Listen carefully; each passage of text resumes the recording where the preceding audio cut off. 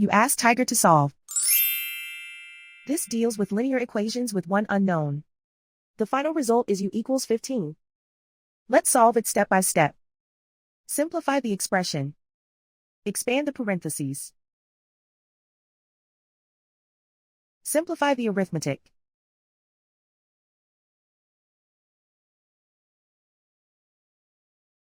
Group all constants on the right side of the equation. Add 29 to both sides.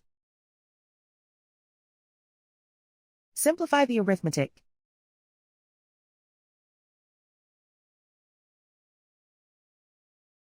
Isolate the s. Divide both sides by 2. Simplify the fraction. Find the greatest common factor of the numerator and denominator. Factor out and cancel the greatest common factor.